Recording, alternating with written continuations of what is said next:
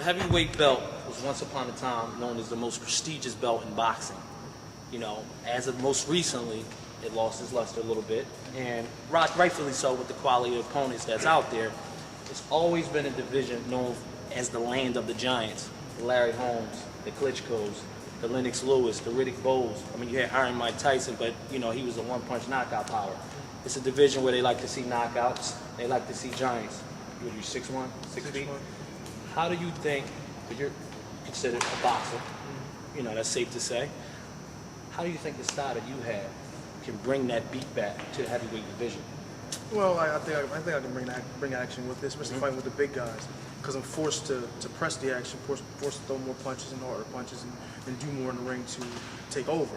Like fighting, for instance, fighting Vladimir Klitschko. He's 6'6", got really long arms. So I have to get inside of those arms and make the fight. If I decide to stay outside and let him pepper me all day, I lose easy.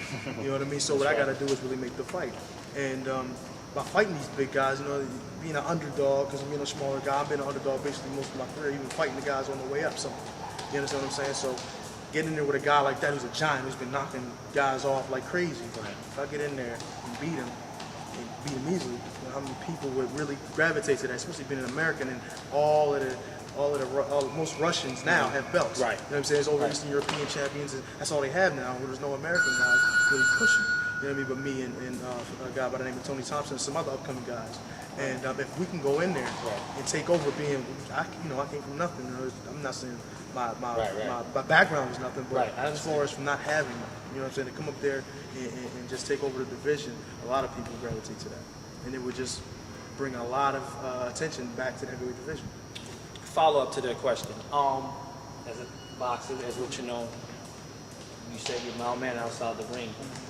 Is there a mean streak inside Eddie Chambers? There's a mean streak inside everyone, especially me when it comes to certain things that happen in the ring. If I feel like I'm trying to be taken advantage of, somebody's dirty, I can get dirty too. I can get mean, throw elbows, whatever. You know what I mean? I don't want to refs to see this, but I can do that just like anyone else. So if just reflecting back on the Calvin Brock fight, if the knockout's there, you're gonna put your foot in the metal and just. Well, in this fight, in these next few fights that I may get up in, I got to. I have no choice.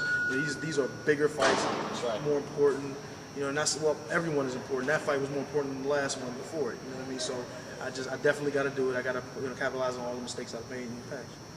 Thanks. That's good. Piggybacking on that particular question again, talking about your style, and let's talk about what are your immediate plans? Like, you know, you're fighting for the #1 ranking in IBF, and then what do you see the timeline for Eddie Chambers in 08, and then also, you know, like your style, I love the way you recoil, and it's like a set that kind of reminds me, I don't want to offend you, it reminds me of Chris Bird a little bit, not saying simply because of the stance you take once you recoil after a clinch and adjust yourself.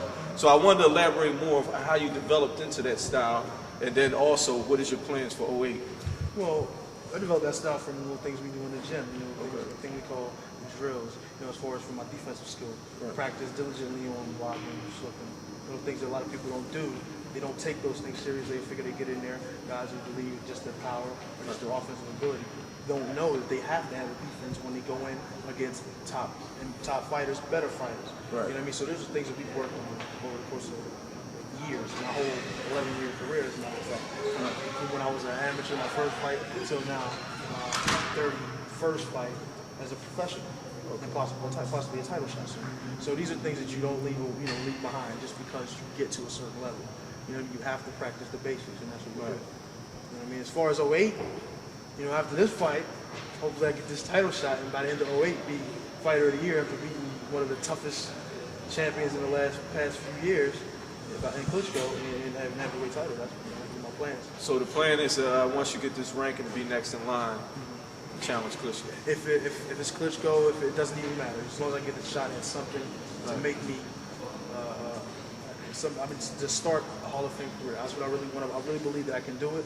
You know, me being a small guy, I really believe that I can win. I can beat some of these big guys, and if I get the opportunity, I'm going to do it. Now, Eddie, how do you feel about the rumblings have been as the, you know, people been waiting in line forever in this division. You know, there's been someone gets to the door, they slip the man under, and they say, well, you know, Vitaly's coming out of retirement, so he steps into your place. So Politics, they call it. The politics, the politics of the game. What are you guys doing to try to prepare yourself to at least get a shot and to at least thwart some of the roadblocks that's been put in place of a lot of, there was some good quality type of heavyweights in the past who weren't able to get their type of shot at the title. Well, I think the key is to be patient and not try to force anything or get into any problem with some of these organizations. You know what I mean? Just be patient. Right. Let the fights come. Eventually, something's going to happen, and you're going to get your shot at the title. I mean, as long as you continue being able to feed your family and stay healthy enough to continue your career toward that goal, just be patient. It's going to come, and that's what we've been doing my whole career. I mean, I'm only 25, but I've been a professional since I was 18. Yeah. You know what I mean? So I've had a lot of people move real fast in their first year. They're almost fighting for a title, maybe USBA, maybe continental title, but it's a title. Right. It took me maybe 7 years, almost 7 years to get any title. You understand what I'm saying? So just have to be patient. Let your skills develop, and your potential and everything will catch up. And you're going to eventually get a shot at the title. Well spoken. Let me piggyback on, as far as him paying his dues. This guy seemed like every week he was fighting at the Blue Horizon, which is the legendary Blue Horizon that is in Philadelphia, PA. Every week it seemed like this guy had a fight there. So I can vouch for him when he say he has paid his dues because he was at there. You want to elaborate a little bit out there for the fans that don't know about the Blue Horizon, how it is fighting in that venue? There's been several champions fought out of the Blue Horizon. I mean, and not just me winning, being a USBA champion, hopefully world champion in the future. Several. I mean, there's been from Charles Brewer, different guys coming through like him. Champions it's like Hopkins. It's been like a storehouse for a lot of champions for a number of years, right. And just to be able to come up through that environment and see all the great fans that come out there all the time. Tex Cobb in the audience every week, you know what I mean? Different guys being there, and it's a hell of an experience to be able to go through and come through a place like that and be undefeated and possibly get a title shot. It's like really a graduation process. All right, real quick, let me switch gears and talk about your fight coming up January 26th, Alexander Povetkin, for the IBF contender, #1 contender in the world. There's a kind of a underlying saying in boxing that you never go over the fight on another man's soil because you're fighting him and his country. And I don't know if you remember Gerald McCullum and Nigel Benn. They fought in London in 1995. Gerald McCullum knocked him out the ropes, and a lot of people thought the fight should have been stopped, but it was continued on, and everybody knew the end of that story.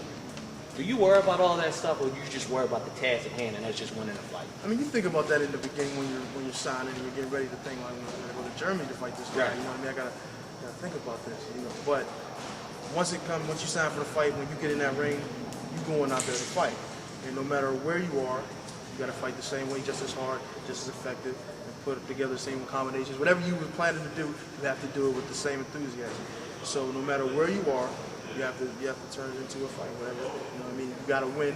Do whatever you can to win. You know what I'm saying? Right. Don't think about the judges. Don't think about he's being a little more favored because he's over there.